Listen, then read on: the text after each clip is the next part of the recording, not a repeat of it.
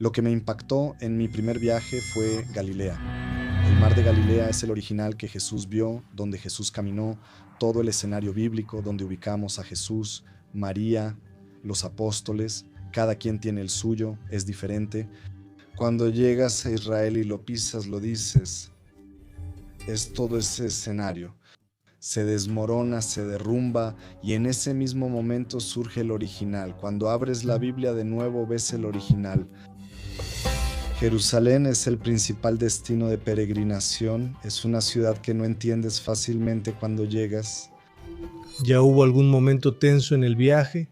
Jerusalén es una ciudad muy segura. ¿Es más seguro Sao Paulo o Jerusalén? Jerusalén, Río o Jerusalén. Jerusalén. Estuve en el sepulcro de Cristo, me quedé, tuve tiempo en el sepulcro de Cristo mientras se celebraba la misa. En ese atardecer, con esa luz y la cúpula dorada, nadie queda indiferente ante esa llegada. El episodio ya comenzó y está increíble, pero antes tengo un mensaje importante. Notamos que el 81% de quienes ven en 3 actos no están suscritos al canal. Es un gesto simple para ti y no cuesta nada, solo presiona un botón, pero para mí es muy importante y marca la diferencia. Suscríbete al canal y comparte este episodio con quien creas que le gustará. El episodio ya comienza. Tengo otro aviso para ti si quieres estudiar o tomar mis cursos. Mentoría en vivo mensual por Zoom. Únete al club de jornada. Más detalles en la descripción del video. Entra ahí, entonces vamos al primer acto.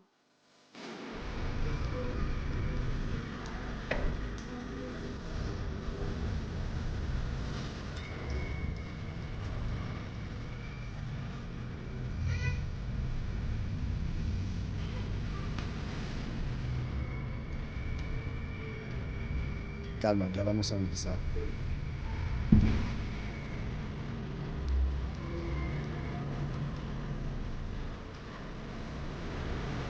¿No te gustaría viajar a Jerusalén? ¿Ya has viajado allá? ¿Quieres volver?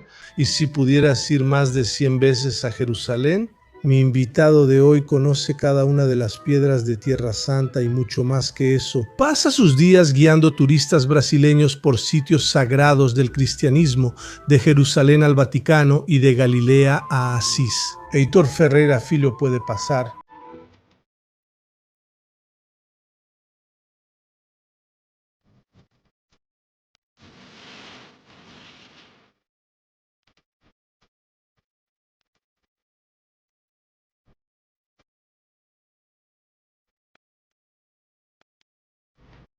Sí, sí.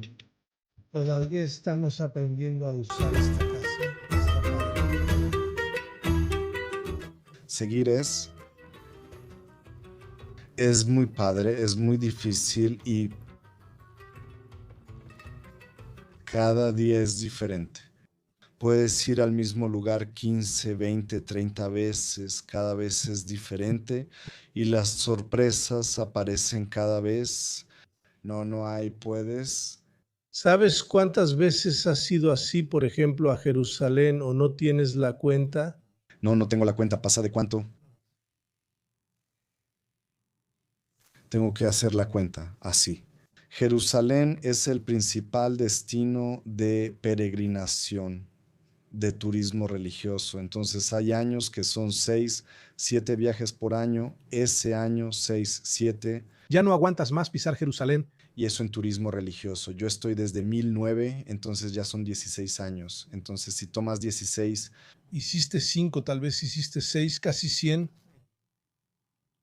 yendo cerca de 100. sí es un poco menos. Unas 80 veces, 90 veces. Sí, veo. Pregunté y no respondiste, quiero dejarlo abierto. Regresar a Jerusalén tantas veces ya es aburrido. No, al contrario. ¿Puedes acercar el micrófono hacia ti? ¿Está bien? Al contrario, nos volvemos más íntimos con la ciudad, que es una ciudad que no entiendes fácilmente cuando llegas. En cada viaje descubres un rincón diferente, o el mismo rincón pero con un significado diferente para ese lugar o una función diferente. Y es una ciudad con judíos, con cristianos, con musulmanes y el resto del mundo entero ahí. Eso, sabemos lo que solo tú sabes sobre Jerusalén, lo que solo tú viste. Lo que solo yo vi, las personas, Rodrigo, mis amigos actuales. Entonces, esa visión de los habitantes de Jerusalén en relación a Israel, de ellos al ambiente donde viven, toda esa región, todo ese Medio Oriente. ¿Tus amigos mm, son judíos o palestinos? Hay de los dos, hay de los dos. Tengo más amigos judíos que... Porque cuando vas como turista te quedas del lado judío, ¿no? Israelí, ¿no? Sí, nos quedamos entonces la agencia donde trabajo, que es Qualità, que ya organizó tu viaje. Ella elige quedarse en Jerusalén.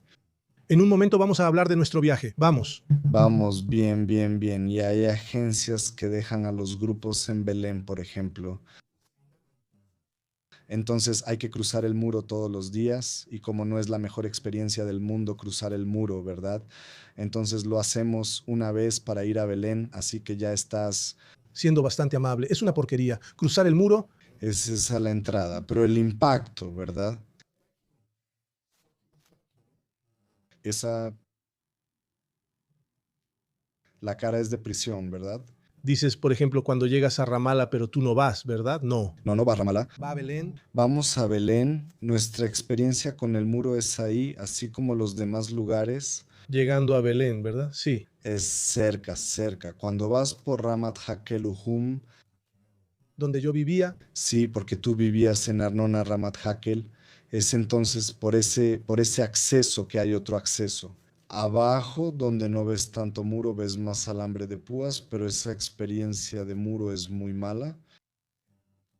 ¿cómo les explicas a tus pasajeros, a tus grupos, que la ciudad donde nació Jesús, donde los evangelios dicen que él nació, ¿verdad? Belén es una ciudad amurallada que parece prisión. ¿Cómo explicas eso? Incluso hay grafitis de Banksy en los muros pidiendo libertad. Haz rumores, no guerra, ¿verdad? Haz rumores, no hagas guerra, que hasta tengo una foto mía ahí. Incluso, entonces, ¿cómo es tú? Les explicas a tus pasajeros, miren gente, la ciudad de Jesús está amurallada. La gente aquí está atrapada. Es difícil tener un discurso que sea el mismo porque nunca sabes en tu grupo lo que las personas piensan. O si apoyan más a Israel o Palestina, exactamente. Entonces tienes que ser muy diplomático, tienes que ser muy factual.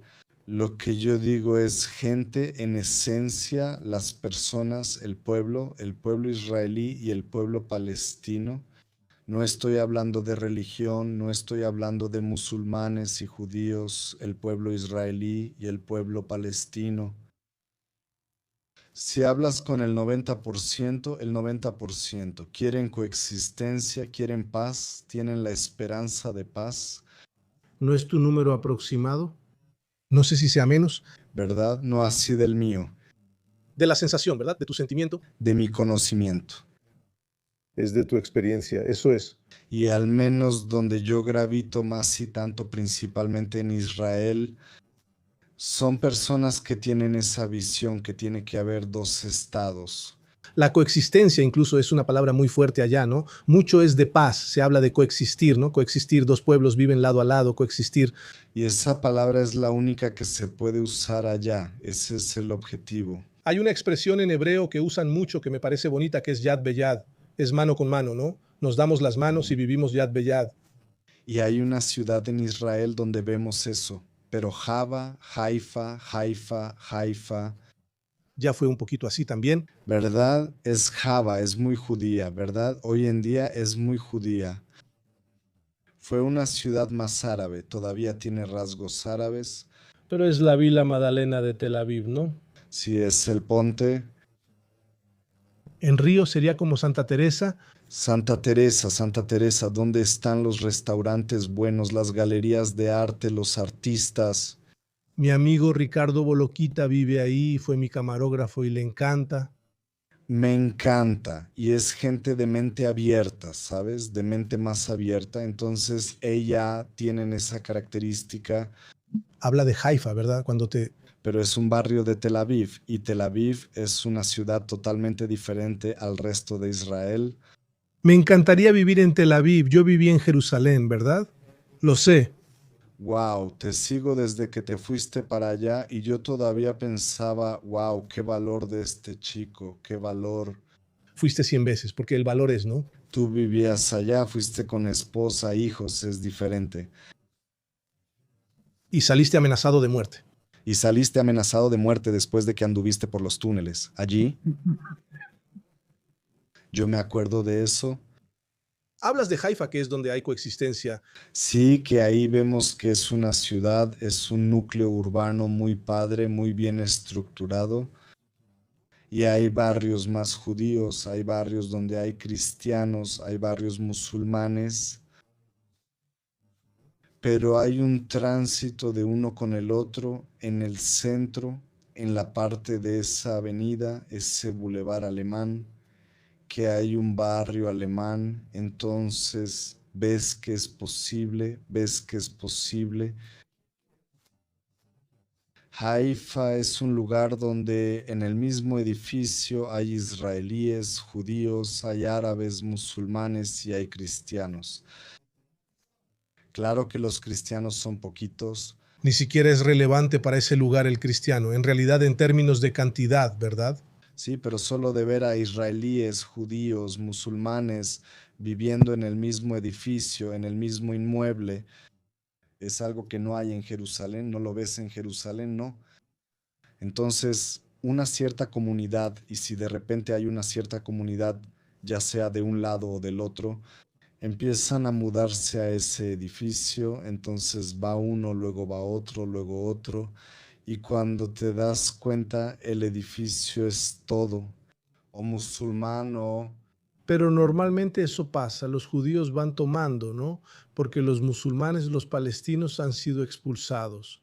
De hecho, Sí, hay barrios que están en Jerusalén, Jerusalén Oriental, que se acordó que ahí se quedan los palestinos.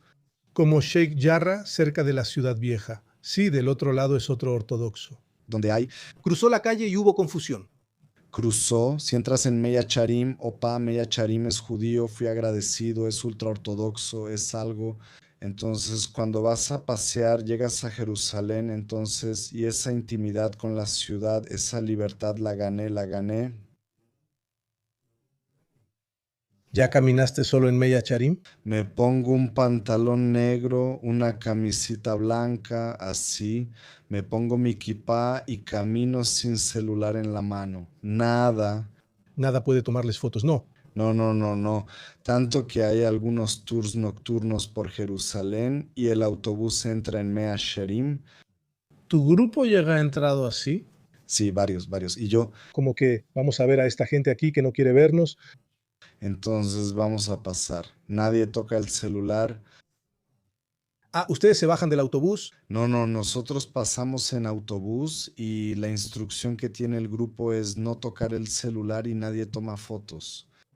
Fui a grabar allá, hice un reportaje para mostrar la media charim, ¿verdad? Que es súper tradicional. Era muy difícil, no permitían grabar y te detenían de inmediato. No, ellos son así. Y si ellos piensan que el autobús está pasando demasiado despacio, entonces ya salen algunas personas de los negocios, de las tiendas, y empiezan a hacer señales, a señalar para que se vayan, para que salgan. Yo también los defiendo. Cuando uno va a esos lugares, solo observa y ellos deben sentirse como en un zoológico humano. Ah, mira, porque nosotros somos barbones, tenemos esta ropa negra. Todos con sombrero, esa curiosidad. Y cuando llegas a Jerusalén, los grupos brasileños ven un tipo de judío que nunca habían visto antes. Con esos chachins de piel enormes, no esos sombreros que son carísimos, que son de Europa De Europa del Este, ¿verdad? De Europa del Este, cuando los judíos estaban en Jerusalén. y vuelven, sí, porque cuando ellos regresan, sí, al Medio Oriente, a Israel, Son Ashkenazi, ¿verdad? los Ashkenazí, y que los sefardíes tienen otra dinámica, otras comunidades, otras... ¿Cómo explicas qué es Ashkenazí o sefardí cuando te preguntan? No entendí. Yo voy a la región los Ashkenazí, el centro norte de Europa, que ellos se instalaron ahí.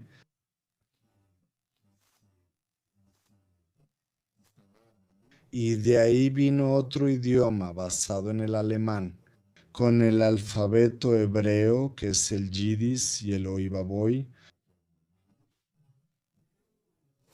Ellos hablan mucho y baboy. Hasta los judíos estadounidenses, hasta hoy todavía tienen esas expresiones, entonces las usan. A ellos les gusta mucho el lox, ¿verdad? Ese panecillo con tocino y salmón allá en Nueva York, ¿no?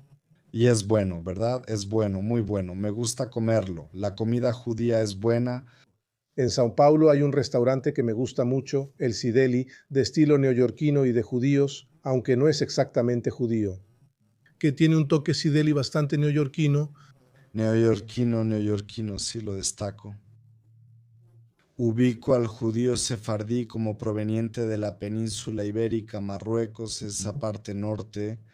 Piel más clara, creo que es nazi, normalmente piel más como la nuestra, ¿no? Más latina, es sefardí, ¿no? Farad, ¿no? Como ellos dicen.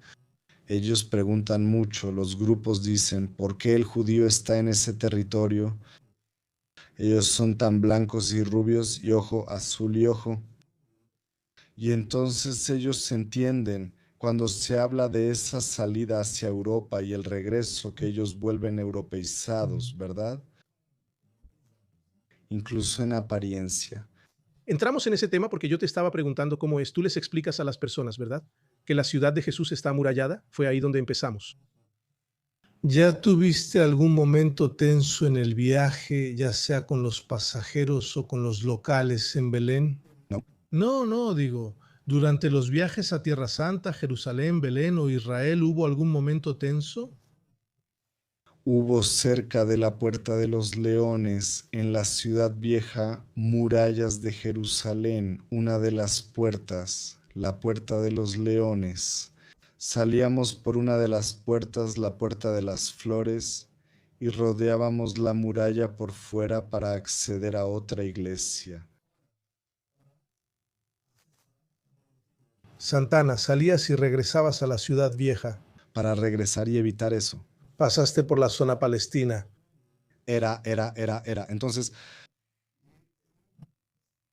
del lado del muro, terreno muy vacío, piedras y los olivos. Y hubo un niño palestino que no entendía muy bien lo que íbamos a hacer ahí y vino con piedras, entonces agarró piedras y hasta que entendió que nosotros éramos...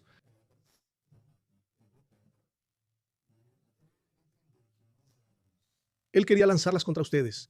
Amenazó. Ya amenazó, entonces fue una cosa. Y nosotros estábamos con una guía de esos israelíes que piensan que debe haber dos estados y dos países y lugar para todos y coexistencia. Pero a favor de la coexistencia. Sí, totalmente, totalmente.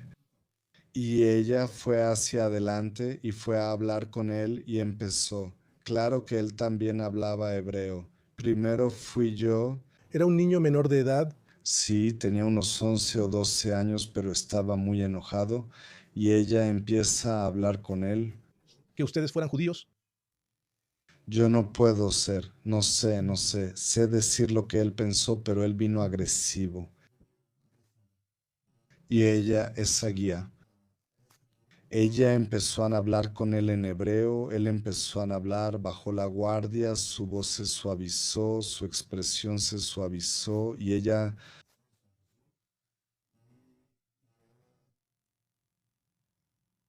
explicó que éramos turistas y brasileños. Ser brasileño ayuda, ¿verdad? Sí, porque ahí entra el fútbol, es una referencia, ¿verdad? Yo ponía banderitas de Brasil en todo, así ganábamos algunas amistades. Abre calles y caminos, ¿verdad?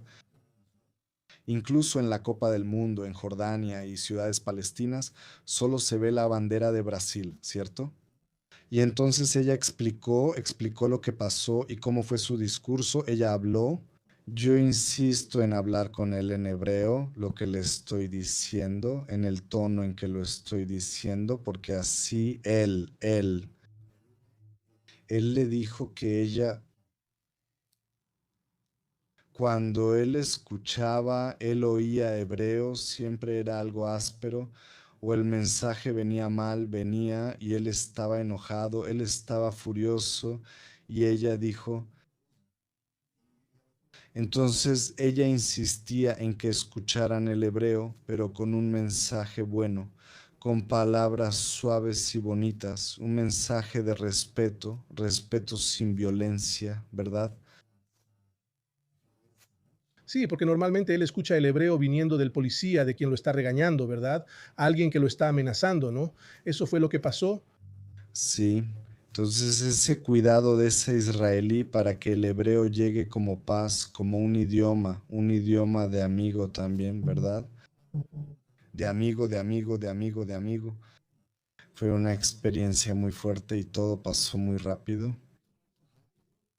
Y de la rabia para desarmarse y sonreír, y ahí nos saluda y luego dice, ahí viene Romario, viene Ronaldinho, Todavía habla de Romario. todavía habla de Romario, Neymar también todavía habla, Neymar habla, pero él era muy de Romario y Ronaldinho. Eso fue en 2013, 2014. Entonces, esa experiencia, una de las pocas veces que tuve una experiencia mala en Israel que salió del guión de siempre, porque Jerusalén es una ciudad muy segura, sí lo es. Más segura que cualquier lugar, Lamento lo nuestro, ¿verdad? ¿sí? Para quien está viajando, sí. Muchos llegan con miedo a los grupos, ¿verdad? Cuando le dices, un turista le dice a la familia, ah, porque voy a ir a Israel, ahí te dicen, estás loco porque allá hay bombas, hay esto, hay aquello, entonces hay. ¿Es más seguro Sao Paulo o Jerusalén? Jerusalén, Jerusalén, ¿Río o Jerusalén? Jerusalén. Jerusalén, Jerusalén. Cuando preguntan que nos quedamos en algunos hoteles muy bien ubicados en Jerusalén, entonces por la noche está la ciudad vieja. Me gusta el King David, ¿no? 5 estrellas. Mira, a mí me gusta el Notre Dame, Es del Vaticano religioso. que fue la primera casa de peregrinos construida en Jerusalén. A finales de 1800, cuando llegaron los peregrinos sin alojamiento, fueron los franceses quienes llegaron en gran número. Entonces los franceses construyeron el hospital, el Saint-Louis, y en el mismo complejo el Notre Dame. Tantos nombres, ¿verdad? Notre Dame es el nombre de la nuestra. Es un sitio increíble. Parece un castillo y está al lado de la muralla y la gente pregunta, ah, pero vamos a poder salir en la noche, ¿podré llegar y comprar eso? Puedes salir a las 2 de la mañana con ropa ligera, con un billete de 200 euros. No, eres muy joven, tendrás problemas. Soy yo.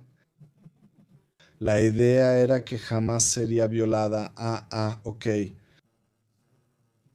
Jamás, jamás, jamás sufriría. No recibir un regaño del otro ortodoxo. No, hablamos mucho del famoso kit iglesia para Israel. Entonces, Aunque sea verano y lleves tirantes, siempre lleva una pashmina para cubrirte al entrar a algún lugar. Puedes salir cuando quieras. Con dinero en la mano vas a volver a casa igual que saliste, con el mismo dinero en la mano que no tienes. No hay la violencia que nosotros normalizamos aquí, ¿verdad?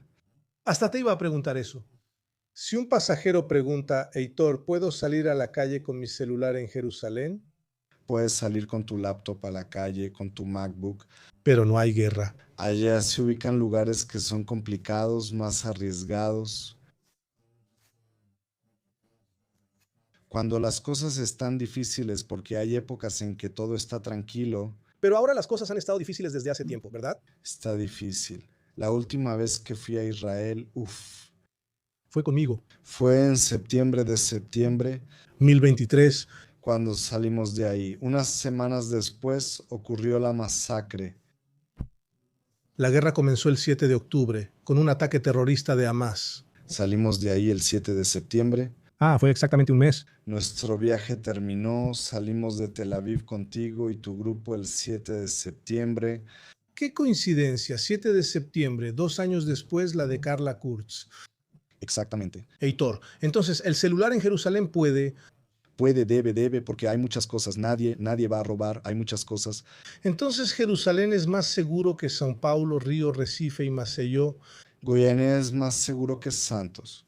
Donde yo nací, que es São Vicente, que es una ciudad, son ciudades del litoral de São Paulo. Mira, hablando de eso,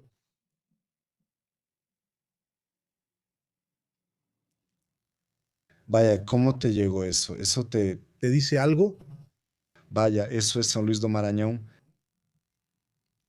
Eras un niño ahí.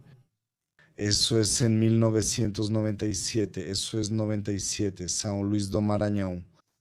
Vaya, el cabello, el color del cabello, vaya, niño. Ya tú guías. Yo era profesor de inglés, en ese tiempo tenía una escuela de inglés, impresas en São Paulo. Y ni siquiera soñaba con ser guía, nunca había tenido una experiencia como guía. Cuando empecé a trabajar como profesor, tenía 18 años. Fue en 1988. Y había una señora en Santos, doña Marina, una Ruberti, y ella iba a algunas escuelas de inglés, conocía personas que hablaban inglés y buscaba otras, porque no había guías para recibir a los cruceros que paraban en Santos durante la temporada de verano de noviembre a marzo. Y algunos profesores de esa escuela, que fue mi primer empleo registrado, profesor de inglés, me llamaron y dijeron, ¿quieres hacer una prueba? Ella renta un autobús para entrenar. Entonces vamos a recorrer la ciudad y cada uno va a mostrar una parte de la ciudad en inglés, como si estuviera con un grupo de... Ya hablaba inglés. Sí, sí, desde chiquito. ¿Hablas algún otro idioma? Como mi inglés es como el portugués, o sea, nada de inglés, entonces mi español es muy bueno. Estudié alemán 5 años, así que me defiendo bien. 5 años de alemán es casi como ser principiante, ¿no? Entonces, Porque declinaciones, olvídalo, gramática. Yo digo, y del día a día, del turismo, de las rutinas de turismo, yo digo que hablo italiano y francés. De muelle de puerto, que es suficiente para comer e ir al hotel para comer, para resolver algún problema. Digo todo lo que quiero, pero me comunico mal. Entonces tuve que hacer un entrenamiento para dejarlo. Si no es perfecto, disculpa. Si no es perfecto, no me voy a aventurar. Y ahí aprendí que ¿qué quieres decir para expresarte sin importar si es perfecto? si no hablara otro idioma como inglés, no me sentiría mal. Me sentía. Eres muy tímido en el trabajo. A la hora de trabajar pasa algo que la timidez se va, eres otra persona. Pero tú, ¿Eres Heitor como guía o interpretas a un personaje? no, yo soy Heitor el guía. Guía que es la misma persona del día a día, pero con unas habilidades más entrenadas para tratar con personas. Pero soy la misma persona, soy tranquilo, soy paciente, soy tolerante. Procuro ponerme en los zapatos de la otra persona. En los viajes el zapato suele llenarse de nuestras piedras. Y el pie está doliendo. La grande está llena. La maleta está llena. Entonces, y el guía es esa persona, es el fastidioso, es el que dice la hora en que vas a despertar y siempre despierta muy temprano, la hora en que vas a salir, la hora en que vas a dormir, la hora en que vas a comer. Y el profesor, ¿verdad? Un poco con el grupo. Entonces, pero para mí esa fue la transición. Entonces, dejar de ser profesor, incluso yo, ¿Profesor de qué? inglés, ¿quién?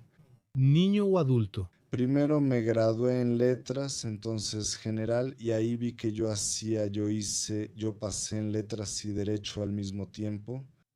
Entonces, al principio estudiaba derecho en la mañana, daba clases en una escuela en la tarde, sin ser profesor titulado todavía, y estudiaba letras en la noche. Ahí me enamoré de letras, entonces derecho fue quedando de lado hasta que lo dejé y letras fui hasta el final. Entonces dije, quiero más, así que me especialicé en lingüística, fonética y fonología. Por eso eres tan culto, de ahí viene. También el interés y la curiosidad, sí. Y un idioma nunca viene solo, el idioma viene con los autores de ese idioma, viene con la cultura que tiene ese idioma. El idioma nunca viene solo, tampoco la gramática o la conversación. Si no adquieres todo el paquete, no vas a hablar como un casi nativo, no vas a lograrlo, entonces hay mucho dentro, entonces No sé si viene de la guía. Tú y yo podemos ponernos en el lugar de otros. Eso es clave para ti. sí, sí. Eso hace falta, ¿verdad? Sí, sí, y escucho mucho que incluso en momentos difíciles de estrés, cuando hay algún problema o con alguna persona más exaltada, logro mantener la delicadeza. Ya lo he visto. Toma la delicadeza y la otra parte se va calmando, va entrando en la misma energía.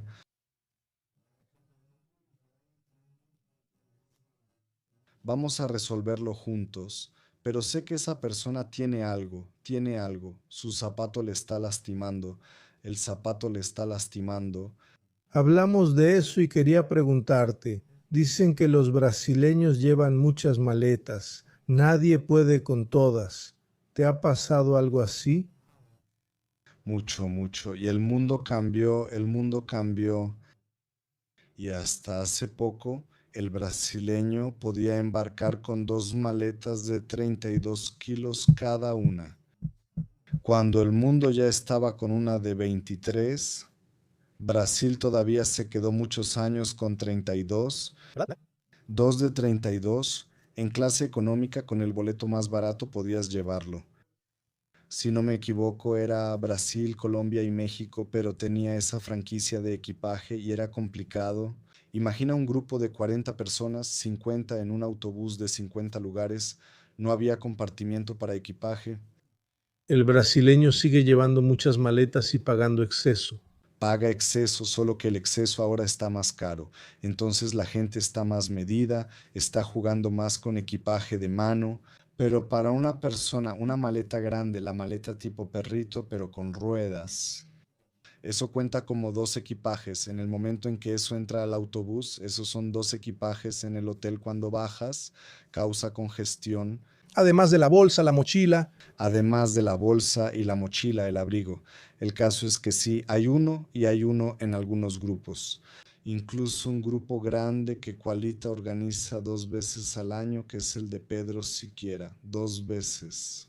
Tuvimos un trayecto en tren TGV de París a Lourdes para no tener que pasar 10 horas en carretera o bien hacer 5 horas y dormir, y la aventura de embarcar a un grupo de 180 personas en el TGV o en cualquier tren, porque el portaequipaje del tren es mínimo, es el de la puerta, entras y tiene estantes. Está en medio, ¿verdad? Está en medio, no entre los vagones. Abajo y arriba hay 2 pisos, lo demás son estantes. Encima de los asientos, que no cabe nada, es solo para la mochila. Entonces ese embarque es algo fenomenal. Es algo, uno se queda, uno dice no va a caber, no va a caber. El tren se va a ir y a la hora que el tren tiene que salir, el tren sale. ¿Qué pasa? La gente corre con maletas al tren. Ahí ya les pedimos a los muchachos del grupo, a los hombres, oye, ¿quién nos ayuda? Entonces armamos la línea de producción. Entonces la maleta entra y ahí los muchachos van, uno le pasa la maleta al otro, sube y recibe una maleta, el de abajo. Organizamos en equipo como un trabajo colaborativo. El grupo no llega con maleta, ya no hay lugar. No hay lugar, no hay lugar. Y a veces cuando el tren llega a la estación también, el tren va a seguir. El destino final no es Lourdes, sigue hacia Pau, sigue hacia Tarbes, algo así. Y tienes el tiempo justo para sacar las maletas, ¿verdad? Y entonces en una de esas alguien agarra una maleta que es igual que en la banda del aeropuerto, ¿verdad? Puedes tomar una maleta que no es tuya, solo que en el tren no tienes tiempo de ver, mirar la etiqueta y ya salió una maleta que no era, ya se fue, no era del grupo, que no era del grupo, O que el personal del grupo agarró la maleta de alguien es... salió una maleta equivocada. De repente en la estación los autobuses esperaban, las maletas entraban y los tres autobuses ya estaban llenos. Y una maleta ahí, pobrecita, sola, ahí en la plataforma, gente, ¿quién dejó la maleta? ¿De quién no era? De algún pobre se quedó pobrecita. Que se quedó sin maleta en la misma situación, una maleta que debía bajar y no bajó. Entonces esa tuvo problema. Tu pasajera se quedó sin maleta. La pasajera... La gente se desestabiliza cuando falta el equipaje, ¿verdad? Pero como nosotros, ¿Hubo escándalo? no, no lo hubo. Ella fue delicada y comprensiva, entendió lo que pasó. Estamos juntos donde sea. Nosotros nunca llegamos sin ningún soporte local, siempre tenemos un receptor, un operador local. Lo sé, eso pasó cuando lo hicimos. Entonces, y eso da una seguridad. Así que tienes que tener socios y buenos socios, ¿verdad? Ah, es porque yo tengo, tienes que tener y tienes que tener. Bueno, entonces, y el dueño de la empresa, él ya sabía lo que pasó. Lo resolvió camino al hotel para el check-in y luego fue a la otra ciudad. Dejó la maleta, la sacamos aunque no debíamos y la tomó,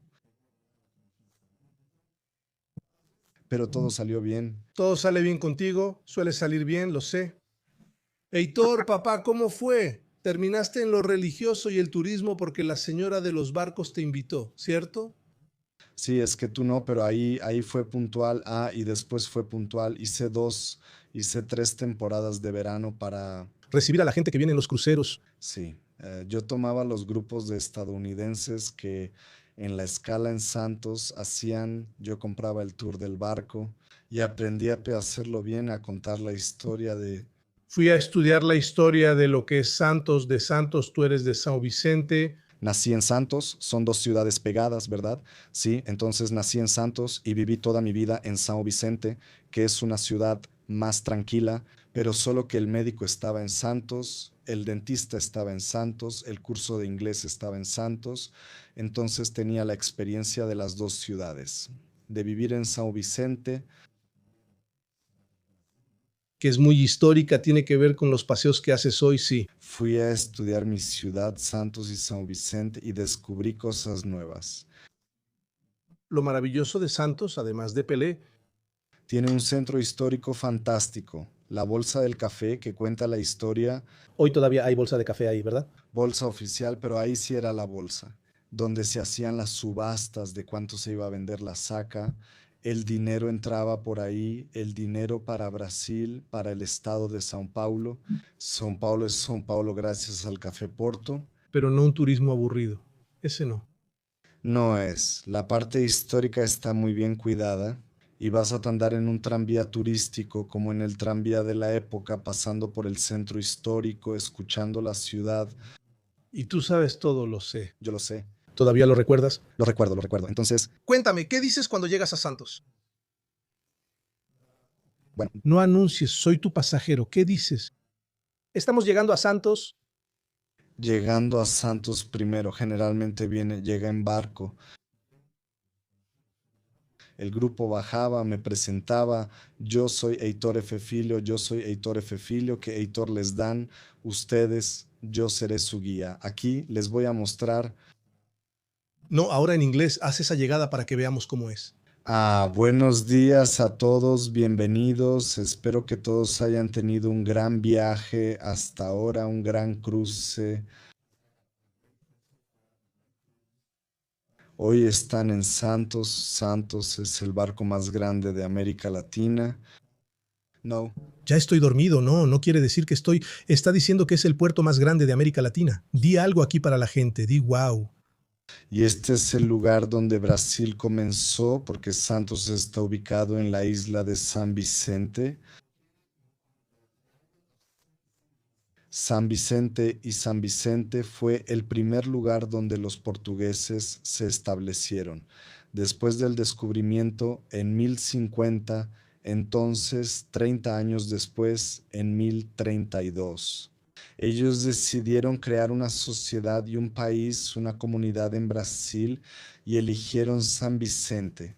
Entonces explicas que Brasil se descubrió en Bahía. Vaya.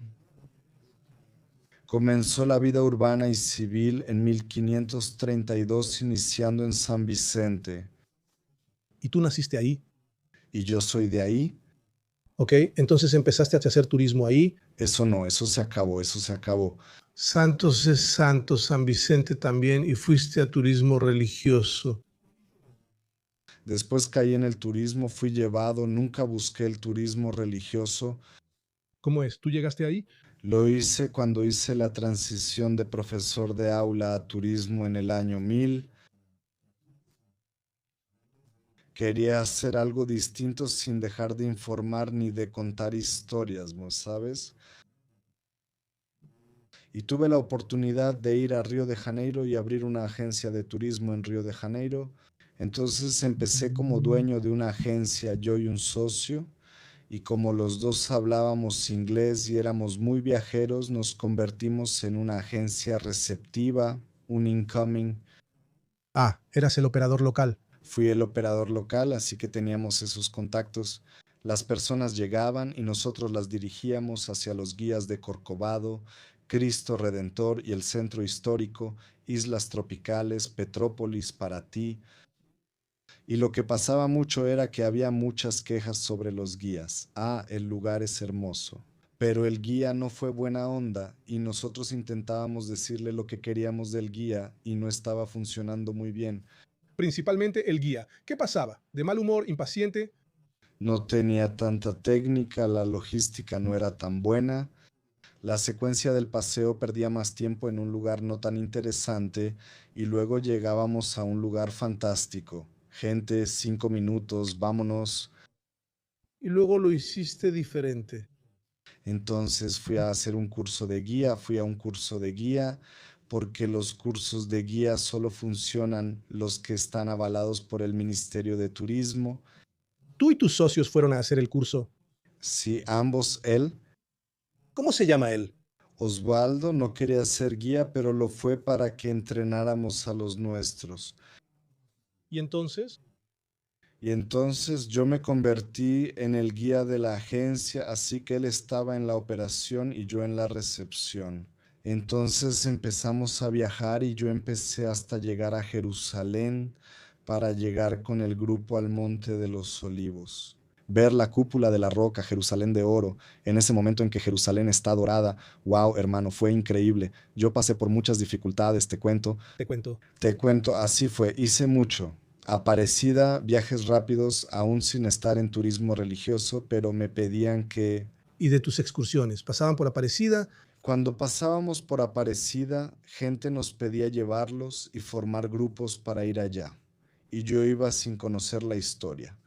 Como eras muy religioso, eres religioso.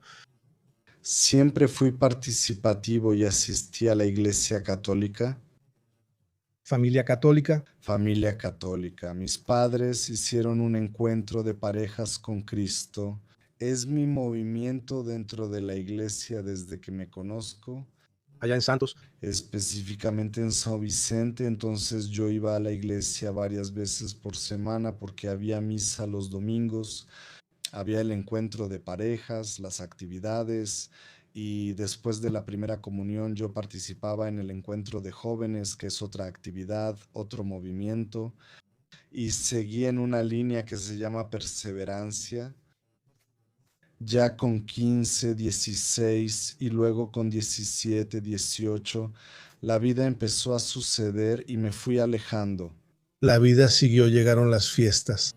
Las fiestas y el trabajo, las fiestas, el trabajo. Tú empezaste a trabajar temprano, yo empecé temprano haciendo Empecé temprano, profesor de inglés, profesor de inglés, profesor de inglés, profesor de inglés, clases particulares. no en escuela, Ah. ya temprano en la escuela. Entonces te alejaste de la religión. Sí, se volvió más escaso, entonces iba a una misa u otra, pero se volvió más social. Y cuando entro al turismo, eso fue en 2002.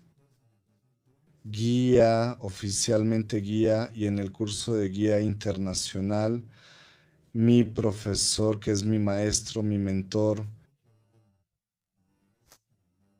Hasta hoy, él falleció en 1022. Carlos Núñez, él fue mi profesor en el curso de guía internacional. Entonces, hasta hoy, si tengo una situación más difícil, me detengo, me pregunto, ¿qué haría Carlos aquí? Entonces, yo tengo a esa persona, ese maestro. Él es turista guía de turismo religioso. En esa época, él trabajaba en otra agencia, Turismo General, y hacía muchos incentivos, grupos de empresas. Y así que terminé el curso de guía, él me llamaba, me decía, ven a llevar unos grupos aquí para mí y yo tenía mi agencia. Le decía, Carlos, no tengo tiempo ni agenda. Él insistía, es Europa, está padre. Yo respondía, sigo haciendo islas tropicales. Mangarativa y Itacuruzá, vas subiendo. ¿Verdad? Sí, él dijo, estoy seguro de que tú. Yo respondí, no, no estoy seguro, tenía algo de miedo. Entonces mi agencia empezó a hacerlo un poquito más lejos. Nosotros hacíamos la Serra Gaúcha, hacíamos ciudades históricas, luego empezamos a hacer el Nordeste y ahí el barrio ya incluía aéreo, avión, aeropuerto con el grupo. Entonces el primero, ahí se rompe la barrera de lo internacional, siempre Buenos Aires, ¿verdad? La primera siempre ahí, después Chile, luego viene Portugal, viene Miami, y él siempre desde 2002, mira, va a llevar unos grupos, va a estar bueno. Y en ese tiempo el cambio de empresa se fue a Qualitar como gerente. Él dijo, estoy en otra empresa, hacen recorridos de turismo religioso, creo que tiene tu estilo, sé que sabes hablar ese idioma. Y le dije, Carlos, no tengo tiempo. Y eso fue desde el 2002, en 2009, él llamaba todos esos años y luego dio una fecha. Le dije, mira, puedo en esa, puedo en esa. Puedo en el 2009, en 2009, ¿a dónde fue? Entonces llego y él dijo, ven a una entrevista, conoce a las dueñas de la agencia. Entrevisté a Luciana, una de las dueñas, y yo digo que ella me detestó, es verdad. En la entrevista Ella lo admitió. hoy bromeo con ella y le digo que en esa entrevista, el primer día, dijiste que no iba a funcionar y no te caí bien. Dicen que no te caí bien al principio, luego me cuentas, pero no fue así. No, no es que me cayeras mal, solo estaba llevando a Rodrigo Álvarez. No hubo una historia. Tú tuviste una incomodidad. No fue que no te gustara, pero yo tuve más miedo de Ana Cristina.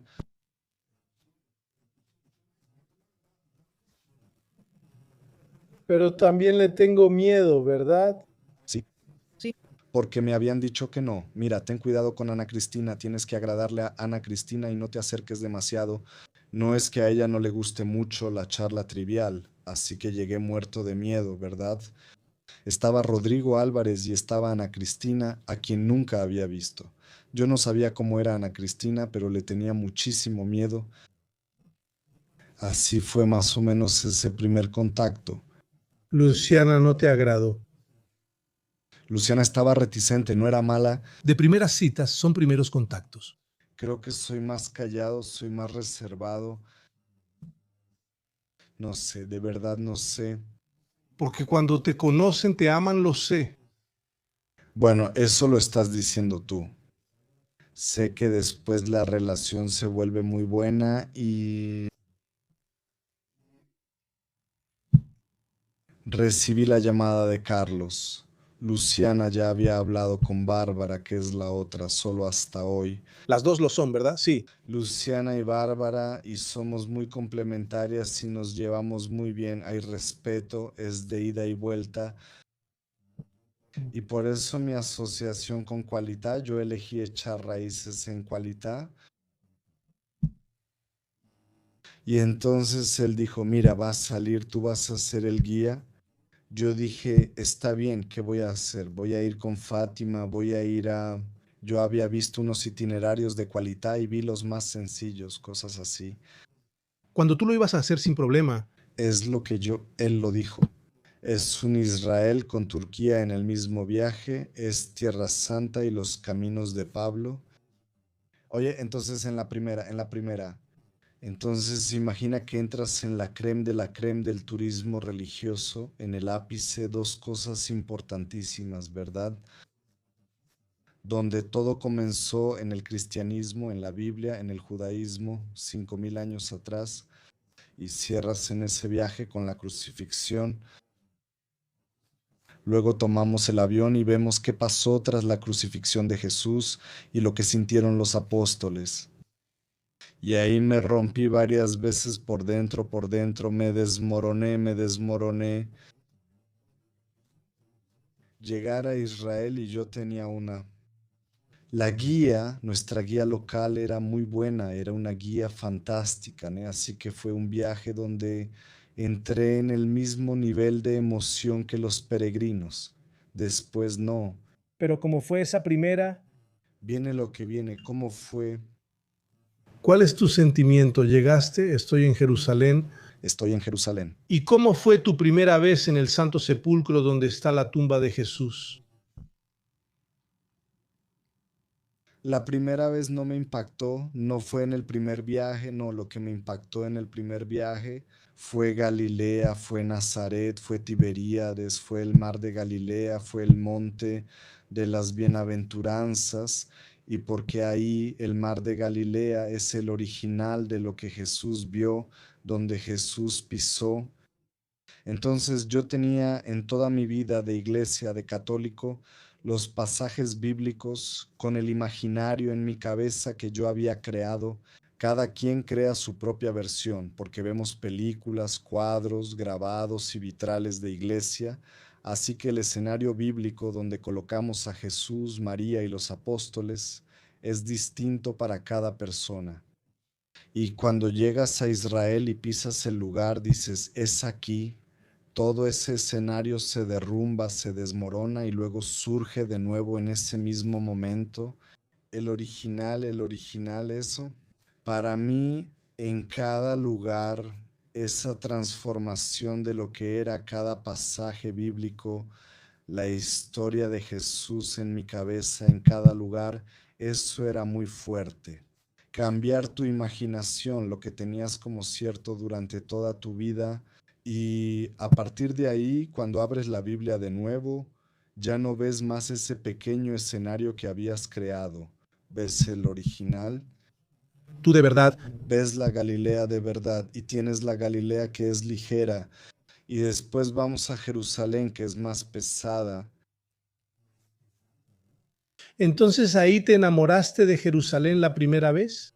No, no me impresionó Jerusalén. ¿La odiaste, Jerusalén? No, no la detesté, me intrigó mucho Jerusalén.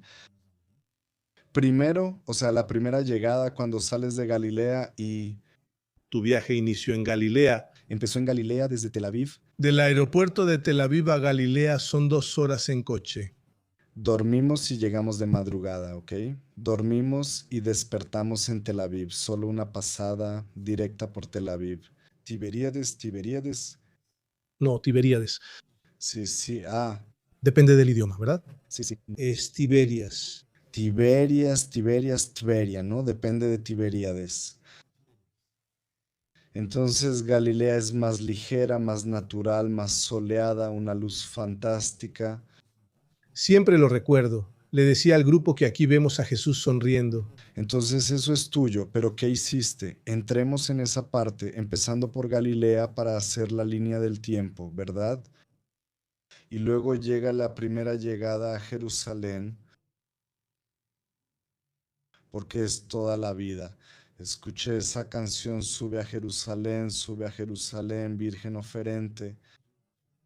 Y cuando lees a fulano canta, ¿Sabes cantarla completa? No. no, no, está bien. Aquí solo estoy yo. En el autobús con el grupo recuerdo a todas. ¿Ves las referencias? No porque fulano subió a Jerusalén en ese tiempo. Fulano subió a Jerusalén. Ahí entendí lo de subir a Jerusalén, que de cualquier lugar que vayas a Jerusalén, subes, asciendes a Jerusalén. Y entonces, saliendo de ese desierto, De ahí viene la expresión aliar, ¿verdad? aliar la subida, ¿verdad? Hacer la subida, y tú subiendo pasas por ese desierto y de repente estás en el Monte de los Olivos y nos detenemos para hacer la entrada triunfal en el Monte Scopus, al lado de la Universidad Hebrea de Jerusalén, y ahí tenemos el ritual de la entrada triunfal. Luego cada quien recibe una copa de madera y después viene el vino que conseguimos en alguna tienda en Caná y vamos a hacer el brindis de llegada, leer el Salmo 122 de la llegada del peregrino a sus puertas. Jerusalén, ciudad bien edificada, y en ese final de la tarde, con esa luz que hace que Jerusalén se vea dorada, con esa cúpula dorada, y no hay quien quede indiferente ante una llegada así. No hay ahí. Después vas a conocer Jerusalén, ahí vas a ver las flores y las espinas de la ciudad. Cuando viste los olivos de la época de Jesús, ahí en el jardín de los olivos, en lo que sentiste en Getsemaní, O aborda una Ruberti. Yo solo podía pensar así. Esta lo vio, que es la más antigua que hay en 2000 años, que está cerradita, ahí hay una. esa lo vio Jesús. Jesús puso la mano aquí y fue la frase que me marcó para el resto de mi vida. Al llegar ahí, esa vio a Jesús, esa vio a Jesús.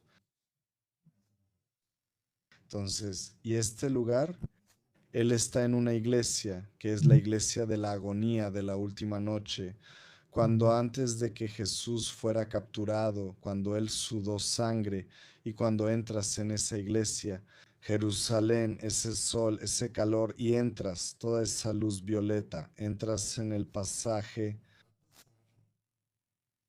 de la piedra donde Jesús dice, aparta de mí este cáliz, y él está en agonía, que él suda sangre, en esa piedra que está donde, Dentro de la iglesia, ¿verdad? Dentro de la iglesia. donde hasta los papas rezan, ¿verdad? Sí, ahí esta piedra tiene un arte hermoso, la corona de espinas de hierro, ¿verdad? Entonces, cuando juntas el huerto de los olivos, que tiene esta parte que está natural, que tiene esa construcción de los años 50 y que te remite a aquella noche, es una experiencia fuerte. Entonces, en ese momento, Jerusalén, Jerusalén te arrebata, te arrebata. No es que te pongas feliz porque allá en Galilea todo es muy soleado, en Jerusalén uno se deprime un poco y luego vuelve, uno entra en la historia. Jerusalén no era una ciudad fácil para Jesús. Él nunca quiso ir allá, no solo al final. Y él evitaba ir a Jerusalén porque ahí es donde estaban los romanos. Él no iba a poder cumplir su misión si iba antes a Jerusalén, ¿verdad? Qué cosa. Y la primera vez en el Santo Sepulcro fue un choque porque pensaba en el Calvario y ahí tienes que imaginarlo adentro, ¿verdad? La escalera, el lugar de la cruz, y pones la mano en el lugar de la cruz y bajas a la piedra, es algo impresionante. Tú, cada vez que vas ahí, pones la mano en los lugares sagrados, siempre, siempre, como lo haces. Siempre, siempre, siempre, siempre. Va el grupo. En el momento en que el grupo pasa, porque el grupo está con el guía local, con la guía local, cuando ya está tranquilo, yo voy, Tú rezas. rezo, rezo. Cuando rezas pides algo, ¿no? No, no lo hago, no, yo agradezco, yo llevo algo.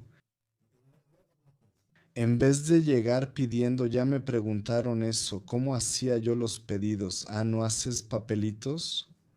Yo digo que no, yo llevo, yo llevo, yo llevo, llevo, yo llevo, llevo, yo llevo, yo llevo, yo llevo.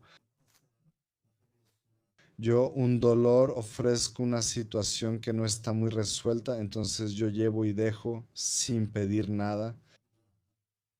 Entonces, en vez de llegar diciendo, ah, yo quiero, yo quiero, yo quiero, no, yo lo pongo.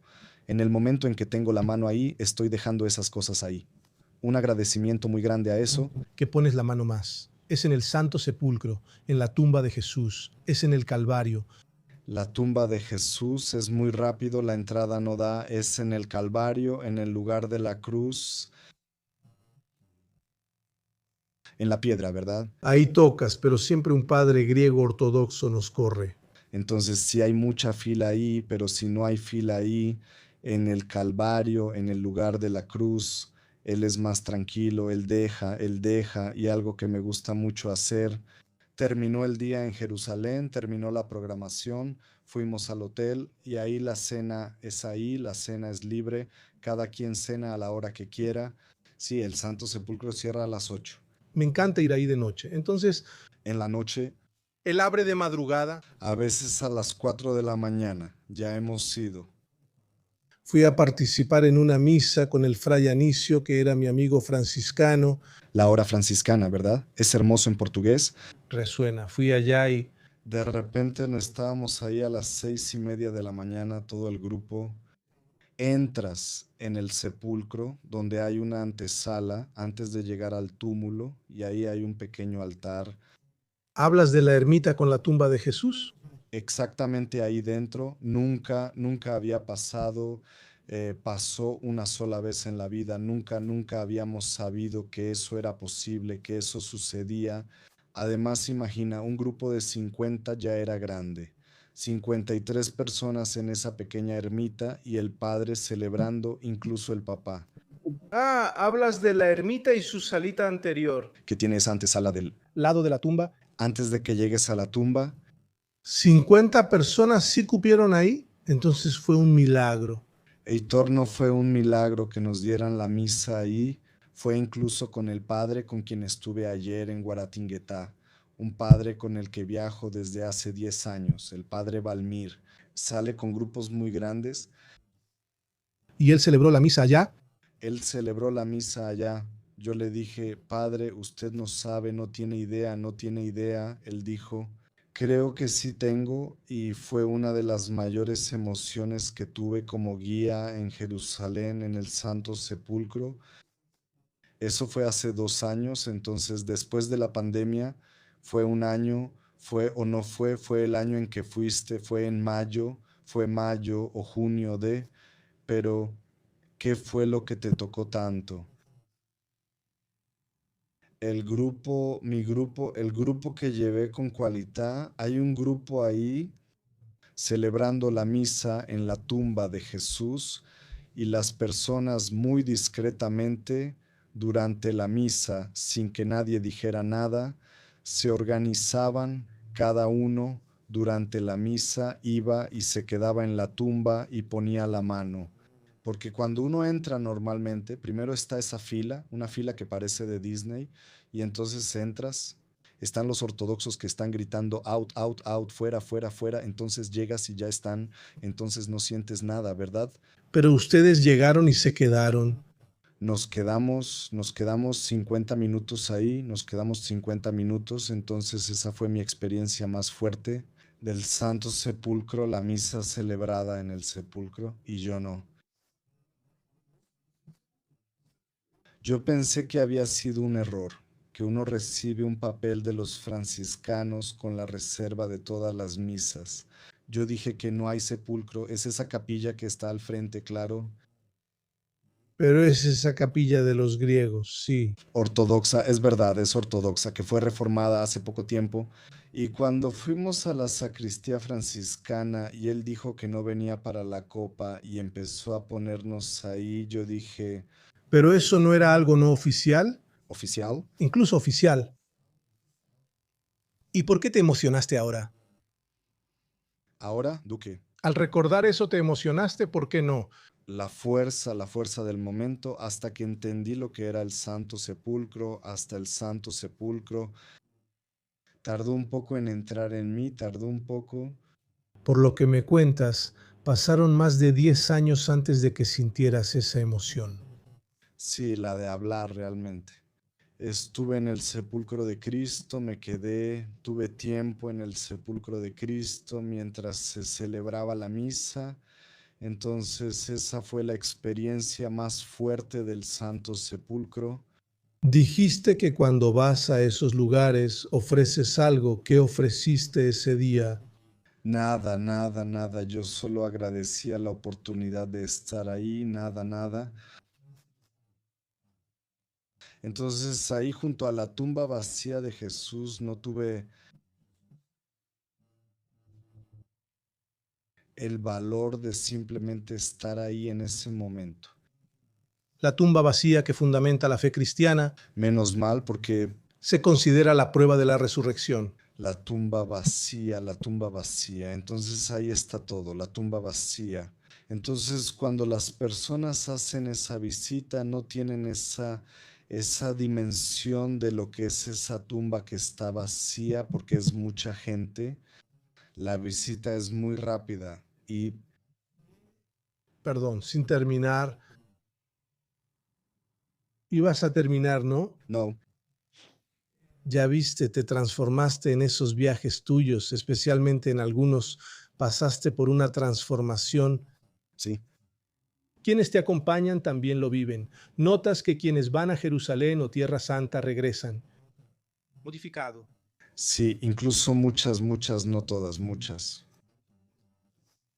Pero si la transformación no ocurre durante el viaje, los grupos se repiten cada año con destinos diferentes. ¿Ves tanta pelea de izquierda y derecha en Brasil? Yo soy esto, yo soy Lula, yo soy Bolsonaro. Vemos eso en los viajes. Hay muchos grupitos que se forman. Un grupo es de un equipo, otro es de otro grupo. Otro pasó en el nuestro, En el nuestro había un grupo de Lula y otro de Bolsonaro.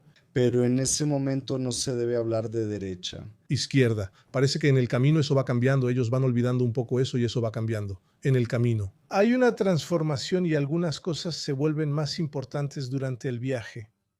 Sí, totalmente, totalmente hay y yo creo que esa es una transformación, es un regreso a la espiritualidad de la religión, esa salida porque de repente el mundo quedó dividido entre derecha e izquierda,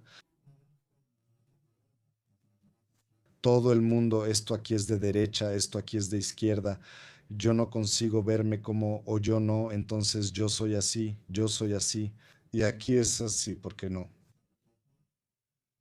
Tú eres el guía de todos. Yo soy el guía de todos y este es el mundo y yo formo parte de este mundo con toda esta gente. Entonces no existe esa división, no puedo entender la división, no puedo entender la división. En esos viajes maravillosos que hacemos, tuve la oportunidad de traer algo que encontré en el camino. Sí, sí.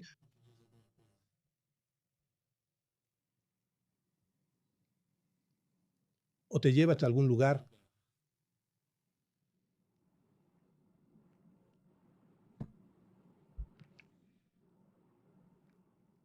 Esa piedra, ella es Galilea, ¿o no? Cruza el río. Por el color puedes decir qué edificios lo tienen. La piedra rojiza. Piedra, piedra, porque si vemos la piedra de Galilea es oscura, la piedra de Jerusalén es clara, es un beige. Petra es hermoso. ¿Verdad? La ciudad rosa, Petra, y también una experiencia muy fuerte, ¿verdad? Y hay un itinerario que comienza en Egipto, subimos el monte Sinaí, tenemos la experiencia de la subida y ahí estás en el lugar donde Moisés recibió las tablas de los mandamientos, donde tenemos como el lugar de Moisés recibiendo las tablas, que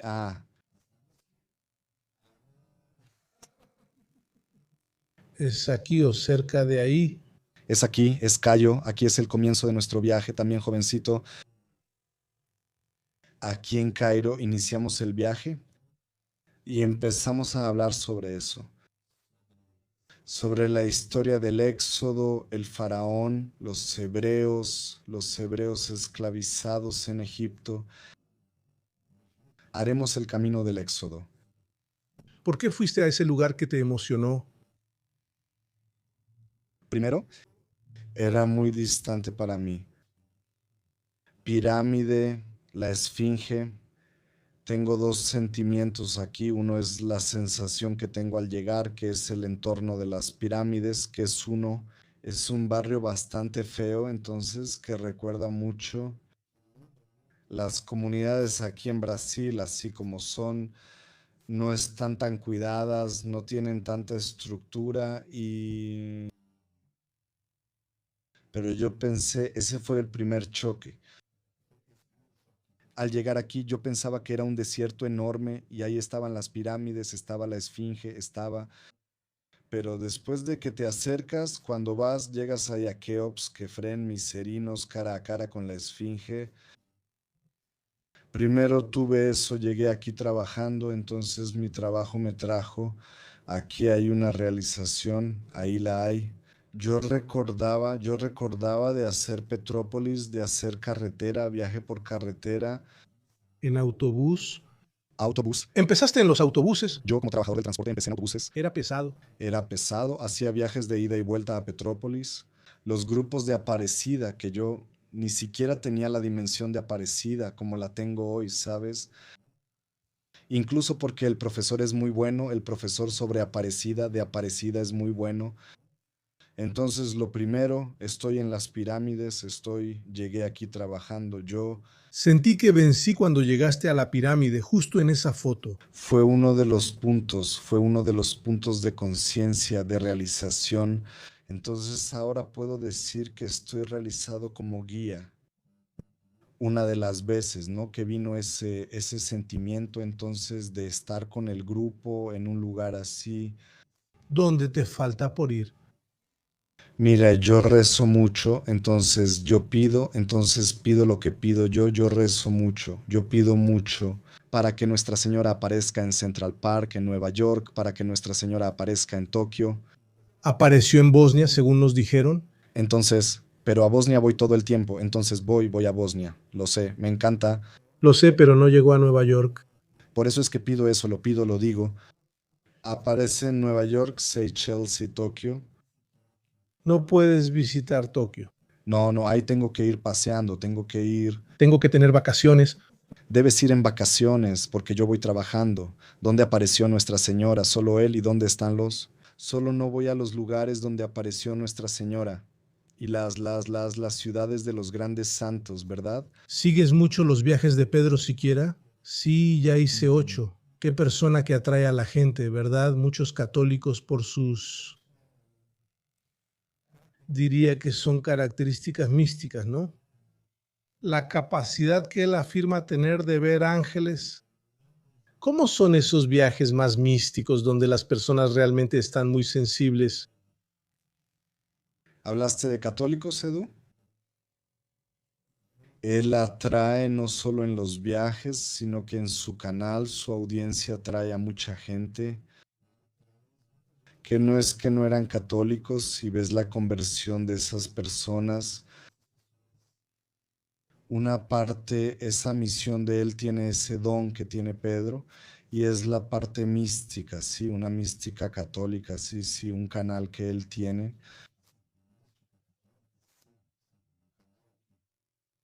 Pero está el catolicismo, la iglesia tradicional ahí junto, porque con Pedro Siqueira siempre van dos padres. Entonces no se queda solo en lo místico, entonces es la religión del día a día, entonces no le quita a la peregrinación de ser una cosa. Ah, es solo místico. No es así, es todo. Está muy bien amarrado, muy bien conectado, entonces tiene esa característica. Entonces viene mucha gente, sus grupos, vienen personas de todo Brasil y de varios países, viene gente de Corea, va gente de Estados Unidos, va de Alemania, de Dinamarca, de Angola. Entonces sus viajes, para empezar, no tienen ese ritmo de un grupo de viaje común.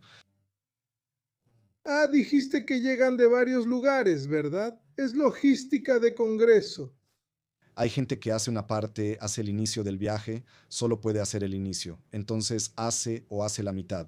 La mayoría, la gran mayoría, hace todo el viaje. La gente lo considera casi un santo. No sé si como santo, tal vez como un instrumento para alcanzar la santidad, porque existe mucho eso de, si ves a algunos santos como José María Escrivá, Santa Teresa de Ávila, son santos que realmente fueron santos. Por la cuestión de lo posible, no santos a través de lo imposible, como los padres del desierto de un acontecimiento sobrenatural o a través del martirio. Entonces es la santidad de todos los días. Vas a llegar a la santidad siendo abogado, siendo profesor, siendo ama de casa, Siendo guía turístico. siendo guía de turismo. Entonces así es. Las personas lo ven como un instrumento para ese camino. Y Él ha traído a mucha gente de vuelta a la iglesia y por primera vez también ha hecho que las personas recen. Entonces, yo veo mucho esa misión suya, es de conectar a la persona o reconectarla con lo sagrado.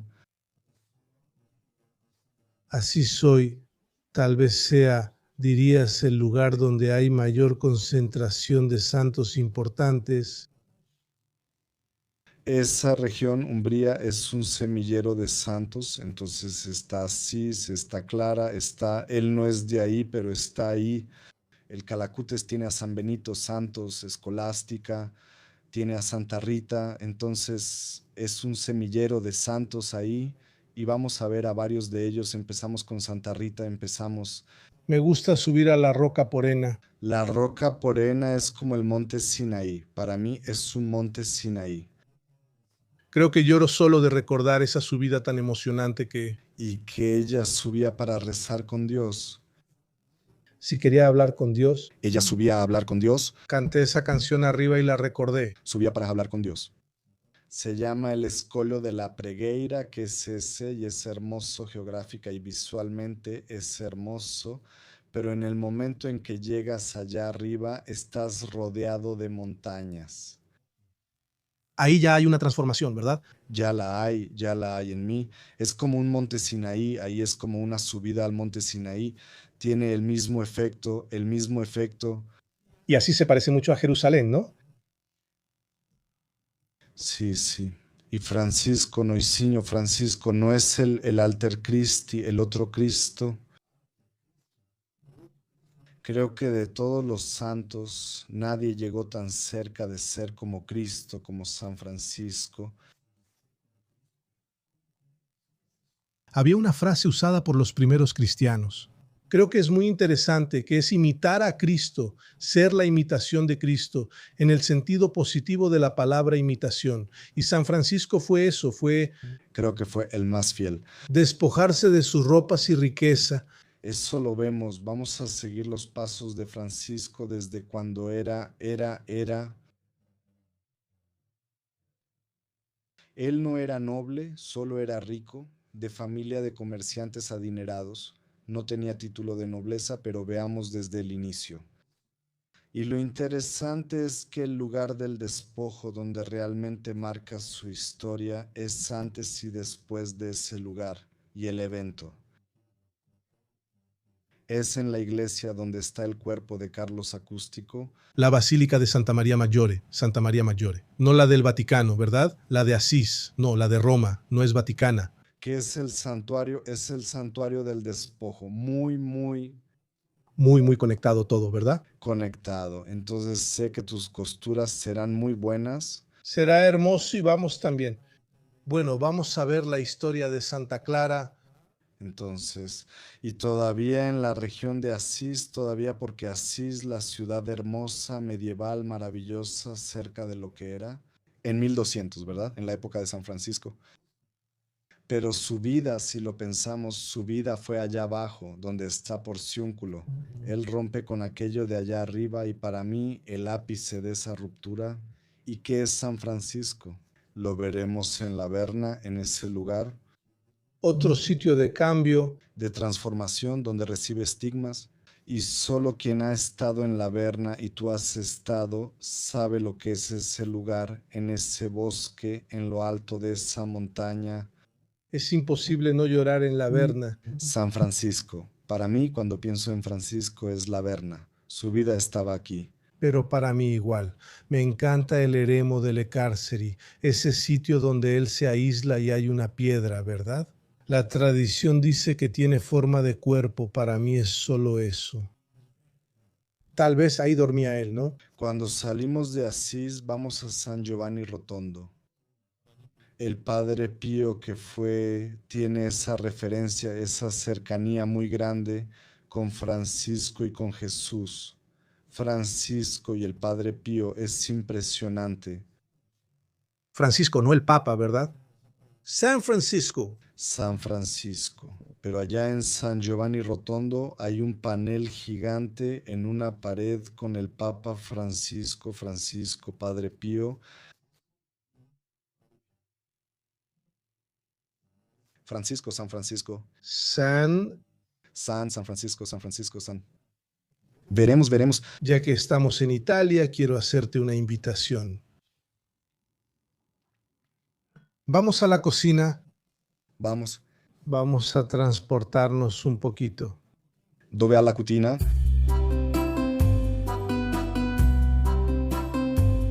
Estás viendo que aquí hay una olla, hay mantequilla, hay sal y un huevo. Primero quería preguntar ¿qué significa para ti? Puedes expresarte como prefieras, ya sea de manera filosófica o práctica. Dime qué representa un huevo en tu vida o para ti. Mira, para mí, hablando prácticamente, es la salvación de la cosecha, porque con huevo haces de todo. Llegas a casa, tienes un huevo y puedes preparar una comida. Pero un huevo no alcanza. Una omelette pequeñita. Sí alcanza, si le agregas un poquito, le pones leche así, una omelette, por lo menos 3 para hacer una. Te propongo una situación. Estamos con un grupo en el desierto del Sinaí. Sí. Tendrás que dormir aquí hoy, no hay opción. Solo tienes una fogata y un huevo. ¿Qué harás para mí hoy? Una fogata y un huevo. Algunos puedes tomar, otros tienes huevos en canasta. Puedes usar agua, puedes servirlo, puedes hacer lo que quieras. Si tú como sea que prepares ese huevo, yo te lo voy a servir. Mientras tanto, un quesito con mermelada, no, es miel, será después. ¿Mermelada de mandarina te gusta? Mermelada de mandarina nunca traída. ¿Ves? Mira qué genial brasileño. Lo probé. ¿Cómo es la baja intensidad? La baja intensidad. Aquí cuando quieras está en 9. El máximo es 10. Es 9. 5. Está bien, pondré 1 y me esmeraré en el mantenimiento. ¿Quieres del primero o del segundo? Quiero del segundo. ¿Quieres probar mermelada? Ah, no, con mermelada. Yo primero. Creo que con mermelada va mejor. Hay agua aquí. No está fría ni normal. Tomaremos la temperatura ambiente aquí, mientras yo estoy. Si quieres lo echo ahí, pero no te daré un vaso. Prefiero un vaso aquí. Dame uno, gracias.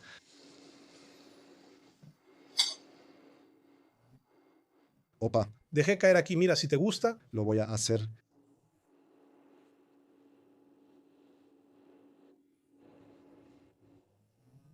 Con mermelada queda bien, ¿verdad? Sí, wow, esta mermelada de mandarina es fantástica. Bueno, ¿Verdad? fantástico. Bueno, voy a tener que ser rápido aquí. ¿Hay algún lugar para poner la cáscara ahí? Puedes ponerla ahí o aquí. Bueno, Vamos a ver si lo logras. A tiempo antes de que se queme. vamos. Este es nuestro huevo del desierto del Sinaí, así que se va a cocinar muy rápido. Aquí. Tus turistas tienen mucha hambre, caray. El coche se descompuso, el jeep se descompuso. Debo ser amable y ayudar. Tienen hambre. La señora caminó todo el día, subió la pirámide y ahora está en el desierto muriendo de hambre. ¿Qué pasará? Ella tendrá que pensar que esto es muy bueno. ¿Cómo le vas a llamar a este huevo? El huevo del desierto, El huevo del desierto. el huevo de la emergencia del desierto. Es el maná. El maná no existía cuando el pueblo de los hebreos estaba en el desierto, pero eso ya pasó. Vamos a comer juntos este huevo, ¿de acuerdo? Ah, sí, Vamos a compartir este huevo, ¿verdad? pero no se puede. Falta un poquito para ti y un poquito para mí, así que este es tuyo. Apágalo, si no el huevo se reseca y ya no sirve.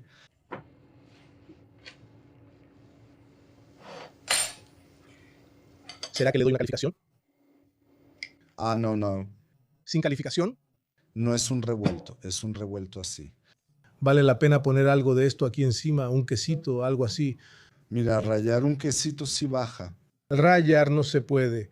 La cocina es primitiva, estamos en el desierto, nadie raya queso, pero un beduino dejó un queso, ¿qué harías? No lo uses, primero lávate las manos. Usa miel, no. No, miel no, primero nos lavamos las manos. Voy a tomar este que ya probé, es el olor que siento al llegar. No hay rallador, pero raya con el cuchillo. Aquí usamos el filo del cuchillo, hacemos una pasada alrededor del plato. Perfecto, ahora lo hiciste bien a la italiana. Recuerdo ese restaurante italiano y al tipo rayando parmesano. El parmesano, Eso es mar, el humo es de viaje. Mira, ¿no? Y combina con el plato caliente. A la hora de elegir el queso, casi pensé en el... el lado de la madre es el más fuerte. Es ahí ese ahumado, porque tiene un ahumado, ¿verdad? Es madurado, ¿verdad? Madurado, no sé si eso se llama ahumado, pero es madurado. Ah, No es verdad, no tiene sabor a ahumado. ¿ya le pusiste sal o le pongo un poco?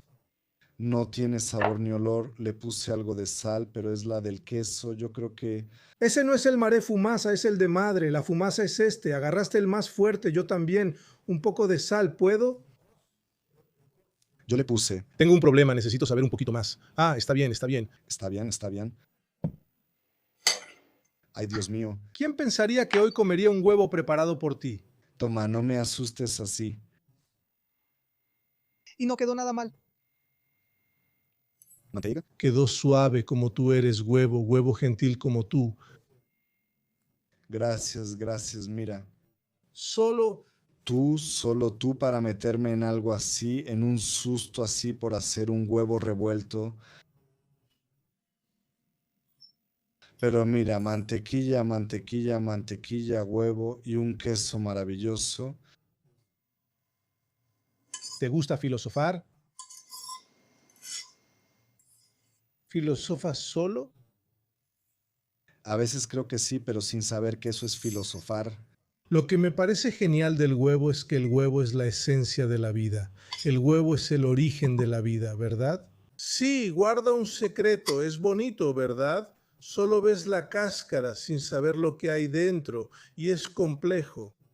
Tiene yema, tiene clara, tiene... Cada uno tiene un tipo de nutriente diferente y se transforma en muchísimos platillos diferentes. Sí, eso es mágico, ¿verdad? Eso es mágico. A partir de él salen un sinfín de cosas, ¿no? Sale carbonara, sale espagueti a la carbonara. ¿Sabes algo que la inteligencia artificial jamás hará? El huevo del desierto que hiciste para mí. Nadie hará ese huevo igual que tú. Cada quien aquí hará un huevo distinto. Si yo me sentara aquí ahora, si yo me quedara aquí, lo haría diferente a ti. Eso es maravilloso, eso es muy humano, eso es muy maravilloso. Es más humano saber que si hago otro huevo aquí será diferente a este. Puedes elegir la misma receta, pero saldrá diferente. Entonces voy a abrir el vino, como prometí. Ok, opa, opa, opa. Este es Malbec, ¿verdad, brasileño? Quiero invitarte a viajar un poco más. Te voy a traer ¿A dónde vamos? objetos que nos llevan a un lugar. Dime, ¿cuál es ese lugar? Por el objeto. Ese lugar, no sé, el objeto es un cáliz. Eso me lleva a Jerusalén. Opa, llegamos. Este me lleva a Jerusalén. Estos cálices son de Jerusalén, Comprados en la ciudad. hechos a mano, a mano. Wow. Son cálices de plata Y esas piedras, con piedras artesanales de Jerusalén. Lechaim salud, quien no sabe, ¿verdad? Salud en hebreo. la vida, ¿verdad? La vida, la vida. Espero que el vino sea tan bueno como la copa. Creo que sí.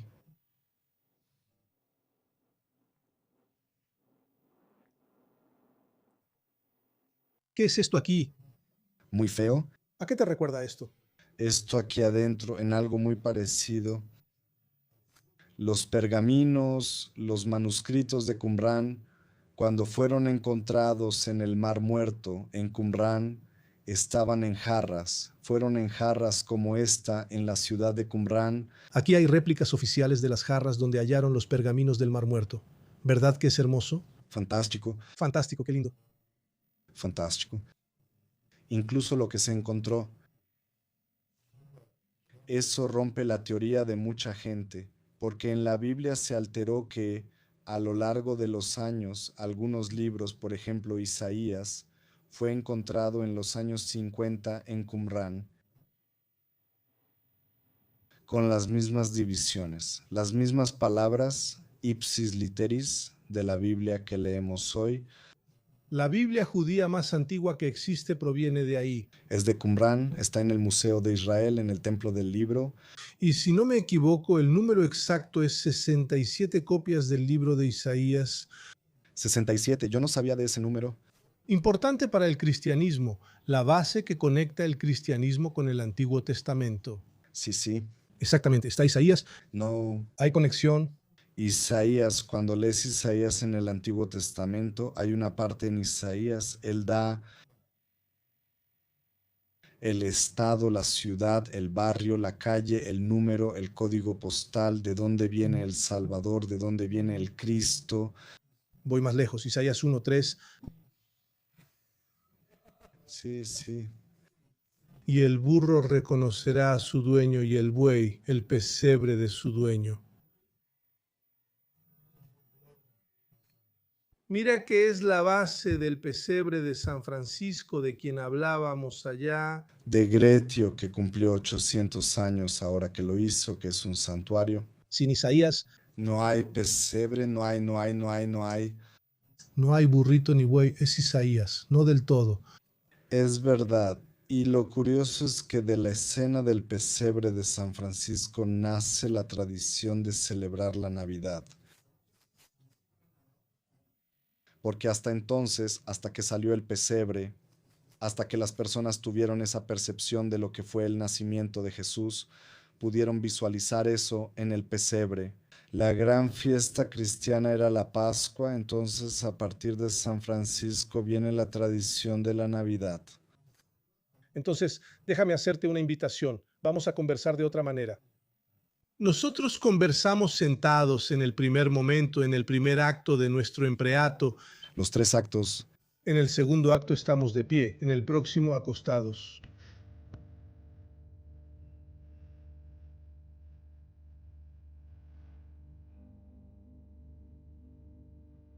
Igual de profundo. Voy a volver en el tiempo, conmigo. Tenías 6 o 7 años, tu papá desapareció. ¿Qué sentiste ese día? ¿Tú fuiste al cine? Estabas en la calle, en Santos. Sí, sí fue mi papá. Todos los fines de semana nos llevaba al cine a mí y a mi hermano. Mis hermanas todavía eran muy pequeñas y había un cierto cine que siempre tenía caricaturas. Y llegábamos al final de la tarde y cuando salíamos ya estaba oscuro y mi papá quiso hacer una broma conmigo, entonces él y mi hermano le dijo a mi hermano, vamos a escondernos de Heitorcito, porque mi papá es Heitor. Entonces, en casa siempre fui Heitorcito hasta hoy. Su hermano menor. Mi hermano menor. Y ellos se escondieron detrás de un coche y yo me vi en medio de esa multitud. Salida del cine, entrada del cine. No encontré ni a mi papá ni a mi hermano. Tomé el camino a casa porque estábamos lejos. El cine estaba en Santos y nosotros vivíamos lejos. Pero no pensaste que ellos te habían abandonado. Nunca tuve esa percepción ni me faltó eso. Eso no me pasó por la cabeza, no, ya me lo he preguntado porque ya me han cuestionado sobre eso, si eso me marcó por ser un abandono. Me perdí de mi mamá a los 6 años en una plaza de Ipanema y aún me siento abandonado. Por eso sufro las consecuencias de ese pequeño abandono que no fue intencional hasta hoy. Fue muy fuerte para mí, como si mi mamá hubiera deseado no tenerme más. No tenerme. A los 6 años de edad, la misma edad con la que tú pasaste por eso.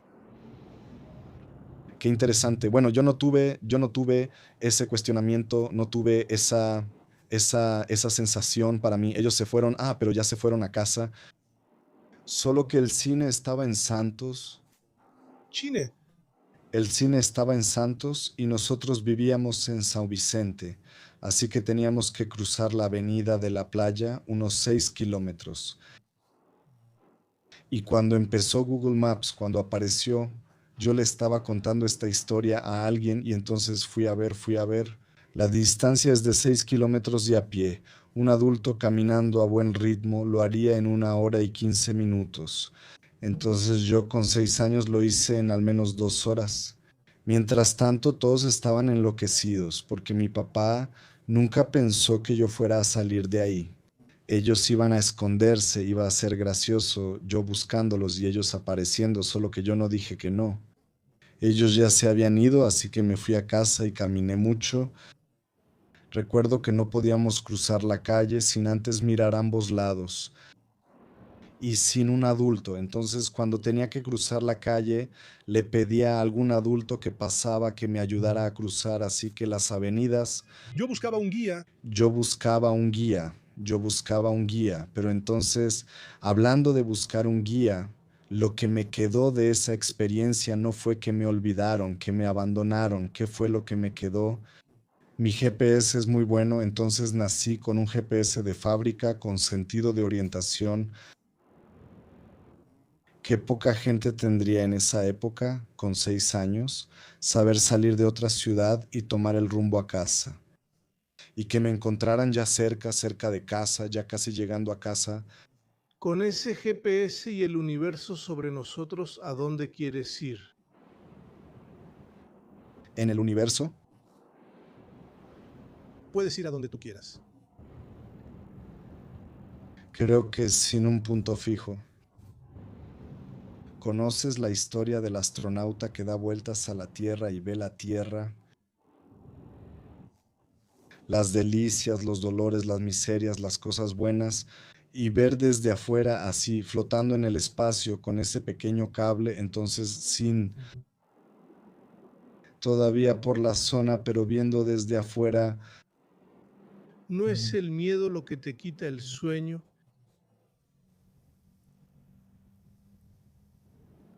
Si no puedes pagar el seguro médico y depender de los demás y de perder el control de mi subsistencia,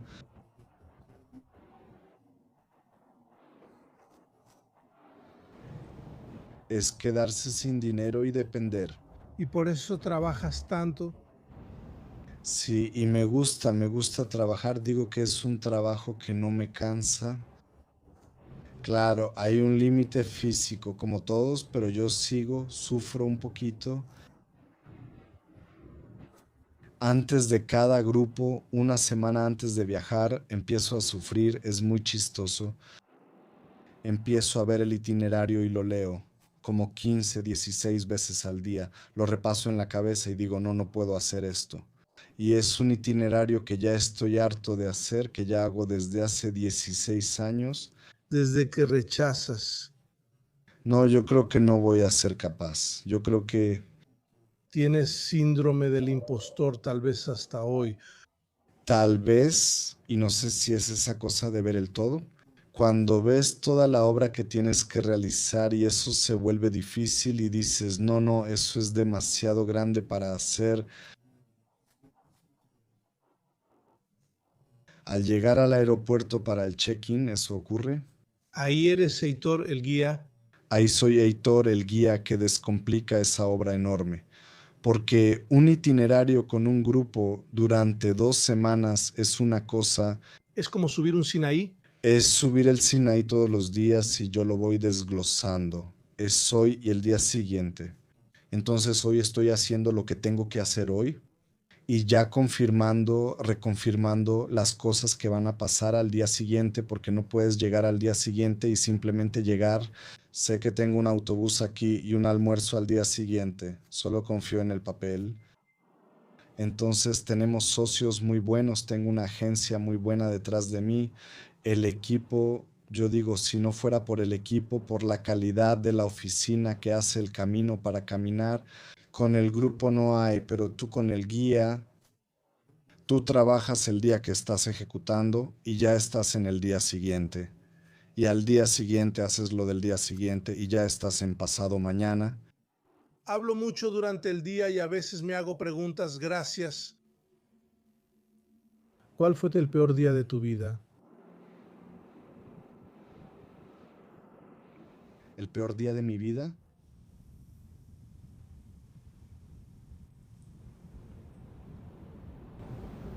Creo que no he tenido un día tan malo como para decir, este es el peor día de mi vida.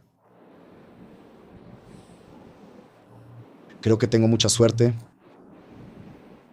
En los eventos de la vida, este es el peor día de mi vida, de pensar que, entonces se acabó, es el peor día. El día que más sufriste.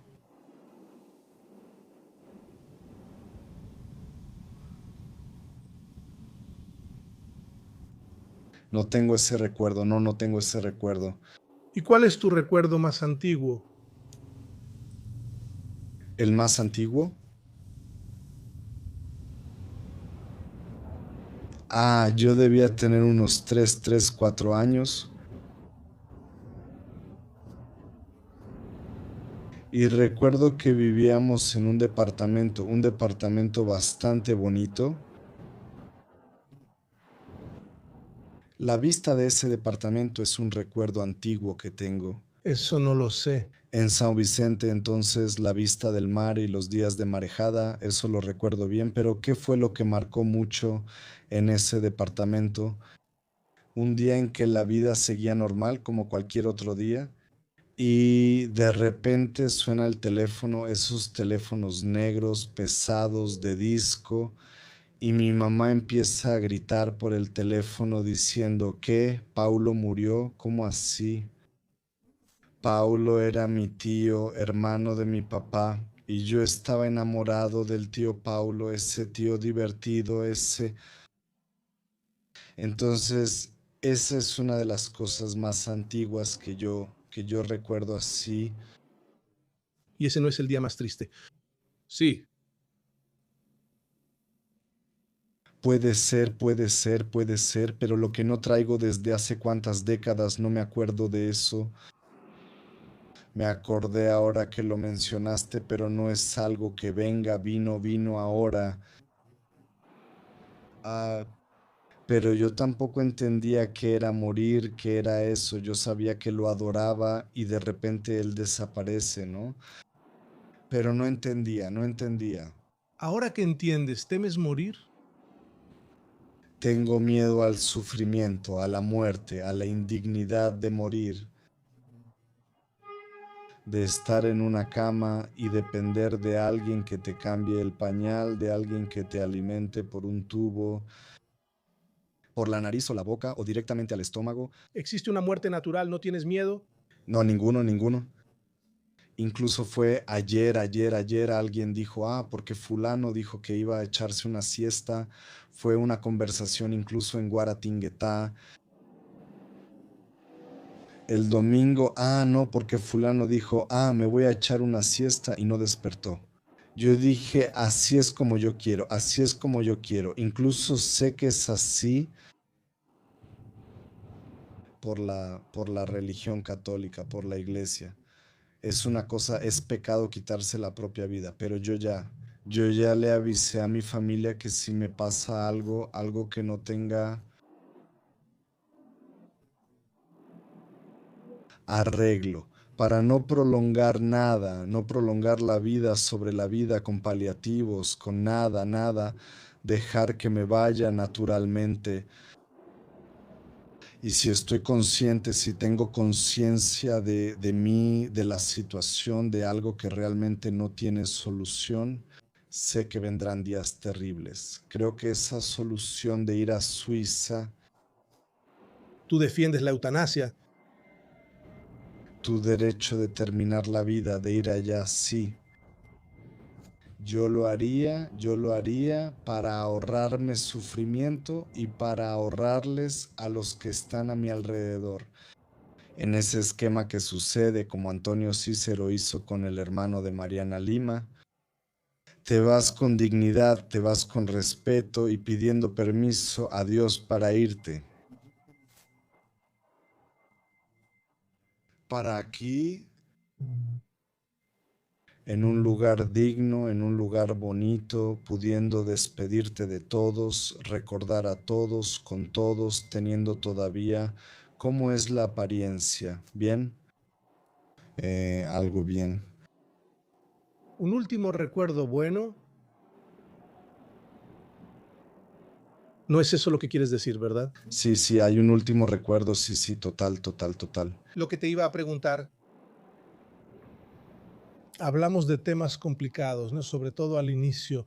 Hablamos sobre lo difícil que es la vida en Jerusalén, un lugar que nosotros los cristianos asociamos con Jesús, lo asociamos con cosas buenas, positivas, la relación de los humanos con Dios. Y estamos viendo una guerra que ya lleva casi 2 años.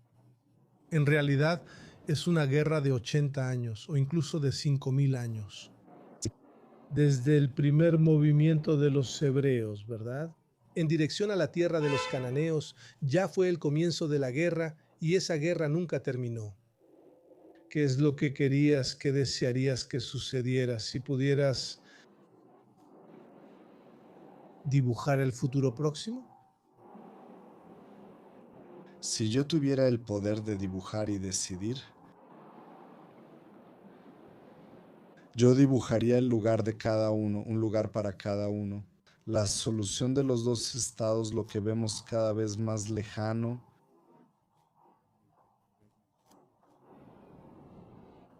Y esa es una tristeza muy grande que tengo, que es una tierra que yo quiero profundamente. Y creo que esa es la coexistencia. Es difícil imaginar que eso suceda, ¿verdad?